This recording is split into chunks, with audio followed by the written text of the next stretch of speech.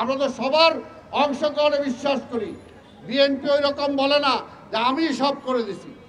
জিয়া রহমান স্বাধীনতার ঘোষণা দিয়েছেন বলে বলি না আমরা যে আমরাই একমাত্র দাবিদার।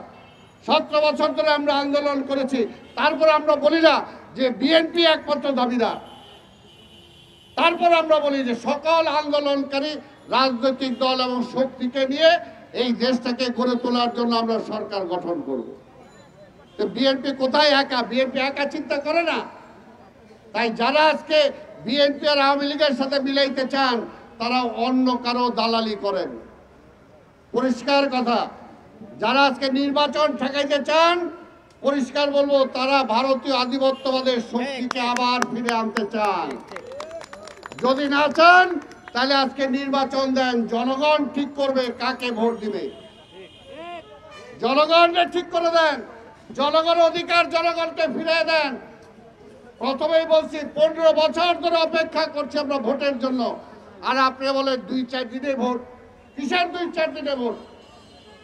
15 বছর এই ভোটের জন্য আমাদের অনেকে শহীদ হয়েছে, অনেকে গুম হয়েছে। ইলিয়াস আলী, চৌধুরী আলমকে আমরা এখনো পাই নাই। আমাদের অসংখ্য নেতা কর্মী হারিয়ে গেছে, পঙ্গু হয়ে গেছে, চোখে নাই, চোখ দেখতে পারে না, পা নাই, হাঁটতে পারে না।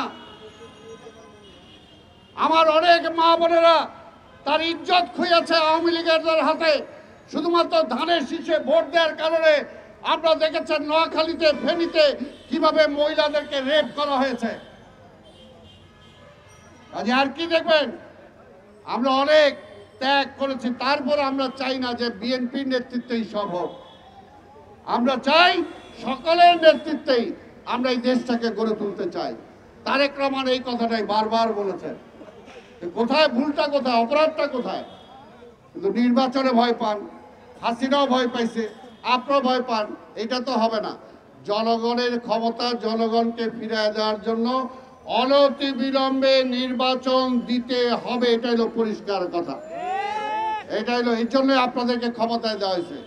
এই পরিবর্তন, হ্যাঁ, এই রক্ত, হ্যাঁ, এটার জন্যই, নির্বাচনের জন্যই দেওয়া হয়েছে। ওই কাউ ক্ষমতা দীর্ঘায়িত করার জন্য না।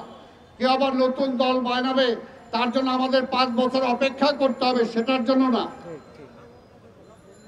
করেন না, জনগণের কাছে যান, ভোট চান। না বিএনপিকে দিয়েন, না আমাদেরকে দিয়েন। হাসিনাও তো চাইছিল এরকম। পরে ভোট সেন্টার খালি। ওই কুত্তার গরু ছাড়া কেউ ভোট সেন্টারে যায় নাই। তাহলে বুঝেন না কেন? জনগণের উপর নির্ভর করেন। জনগণ কি চায়? ইউনূস সাহেব, আপনি দেশে বিদেশে একজন আপনার সম্মানী ব্যক্তি। আমরা আশা করব আপনার কাঁধে ভর করে যাতে ওই পরাজিত ফ্যাসিবাদ আবার না আসতে পারে, এই ধরনের কলঙ্ক আল্লাহর রাস্তায় আপনি কাঁধে নিয়েন না।